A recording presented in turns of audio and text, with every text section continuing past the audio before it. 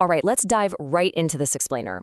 We're breaking down arguably the most mind-bending scientific concept of the 20th century, Albert Einstein's theory of relativity. Now, before Einstein hit the scene, classical physics, basically Isaac Newton's playbook, had ruled for over 200 years. We really thought we had the universe completely figured out. But, there were these nagging little cracks in the foundation. Things like the quirky orbit of Mercury, or the exact way light behaves just didn't make sense under the old rules. And then Einstein comes along and completely rewrites the fundamental rules of reality, forever changing how we understand mass, energy, space, and time. So how exactly did he pull that off? Well, it actually starts with a super fascinating question that Einstein asked himself when he was just a 16-year-old kid. He basically wondered, what would it actually look like if you could run right alongside a beam of light? Would you see that light just frozen in place, hovering next to you like a car driving at the exact same speed on the highway? It sounds like a pretty innocent, simple question, right? But the answer to that question completely shattered classical physics and laid the entire groundwork for what we're going through today. To get the full picture, we're going to hit 5 key concepts today: racing light, special relativity, the fabric of spacetime, general relativity, and finally, everyday relativity. Starting things off with Section 1, racing light. Einstein was famously the absolute master of the thought experiment, vividly visualizing these incredibly complex problems in his head before he ever touched a chalkboard.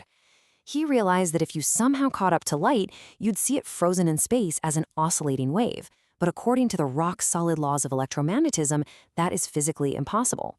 Light simply cannot be stationary. It actually requires a specific speed to even exist. He realized that literally no matter how fast you travel, a beam of light is always going to speed away from you at exactly the same constant rate, roughly 300,000 kilometers per second.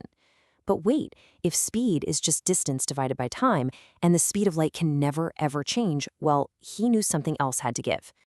And this is where things get wild. Brilliantly illustrating his revolutionary realization, time itself must literally change and warp to accommodate that absolute speed of light. To keep the speed of light perfectly constant for every observer, everywhere, space and time simply cannot be these rigid, fixed backgrounds. They have to be completely flexible. So if you're moving incredibly fast, your ruler literally shrinks and your clock physically ticks slower compared to someone who's just standing still.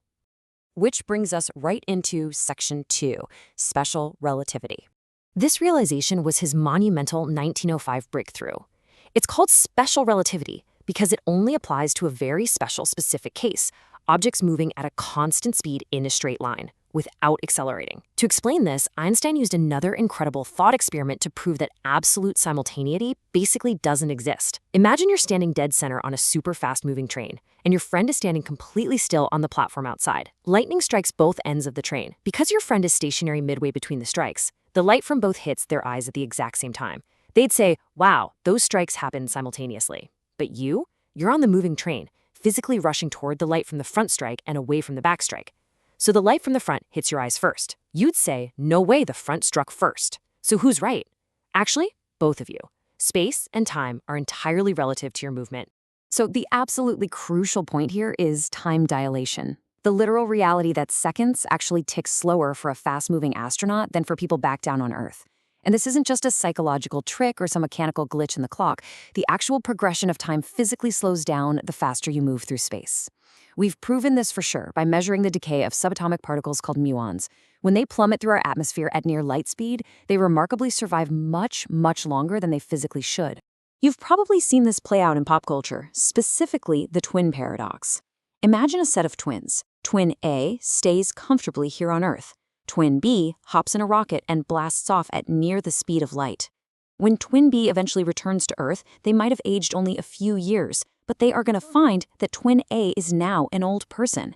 It's literally just like the movie Interstellar. Spending time moving super fast or even hanging out near a massive gravitational pull means you age drastically slower than your twin back home. Your biological processes, your awareness, your literal experience of reality slows down relative to the rest of the universe.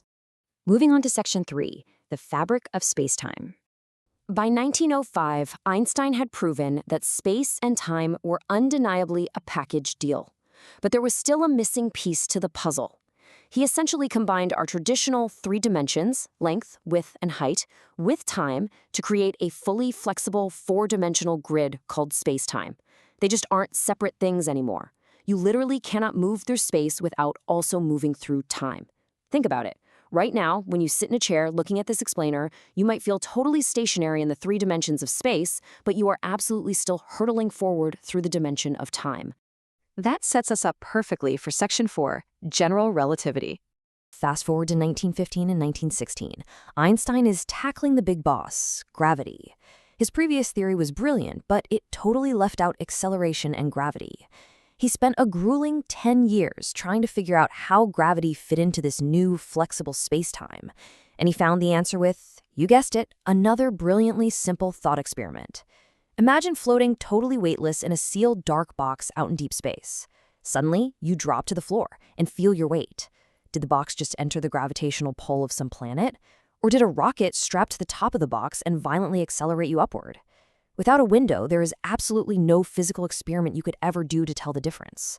By proving that acceleration and gravity feel exactly the same and are fundamentally the exact same phenomenon, he realized gravity is inextricably linked to the fabric of space-time itself.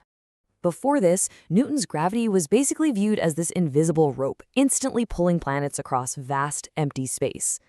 Einstein flipped that entirely.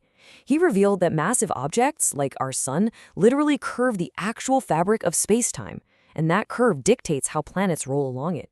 It's like placing a heavy bowling ball in the middle of a trampoline. It creates a deep dip, right? If you roll a marble across that trampoline, it's going to orbit the bowling ball, not because of some mysterious invisible pulling force, but because the actual fabric it's rolling on is curved. That is general relativity. The fabric tells matter how to move, and matter tells the fabric how to curve. And the absolutely crazy part, the universe just keeps proving him right. Look at this timeline. 1905, 1915, and then in 1919, during a solar eclipse, astronomers directly observed starlight bending precisely as it passed the sun, exactly as his curved space-time predicted. And nearly a full century later, in 2015, the LIGO observatories actually detected gravitational waves, literal physical ripples in the fabric of space-time caused by colliding black holes far out in the cosmos. Time and time again, the universe has confirmed his math.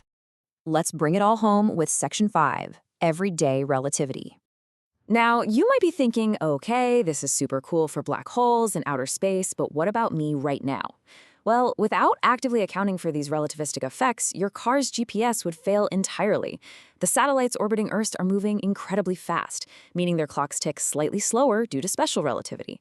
But at the same exact time, because they are farther away from Earth's mass, they experience less gravity, meaning their clocks tick slightly faster due to general relativity.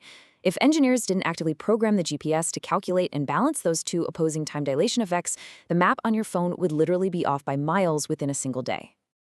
And look, we absolutely cannot do an explainer on Einstein without hitting the most famous equation in human history, E equals m squared. This little equation from special relativity proves that mass and energy are completely interchangeable. They are essentially just two forms of the exact same thing. Because the speed of light squared is such an outrageously massive number, it shows that even a tiny, tiny amount of mass contains a colossal amount of hidden energy. This is the fundamental engine making the stars shine. It explains how supernovae explode, and it is literally the precise science underlying modern nuclear power. The ultimate takeaway from all of this is actually really beautiful. While space and time are highly flexible, stretching, shrinking, and warping based on how fast you're moving or how close you are to a massive object, the core laws governing our universe remain incredibly securely constant. Relativity doesn't mean everything is just subjective. It actually means that the fundamental rules of physics are the only true absolute constants out there, fiercely protecting the order of our cosmos. So, I'm going to leave you with this final, somewhat provocative thought to chew on. If everything we experience is relative, if the literal flow of time itself depends entirely on our speed and location, how much of our solid, rigid, everyday reality is actually merely a space-time illusion? We are all, essentially, time travelers, navigating the curved fabric of this universe in our own uniquely personal ways. Thanks so much for joining me on this journey through Einstein's universe. Keep questioning, keep looking up, and I'll catch you next time.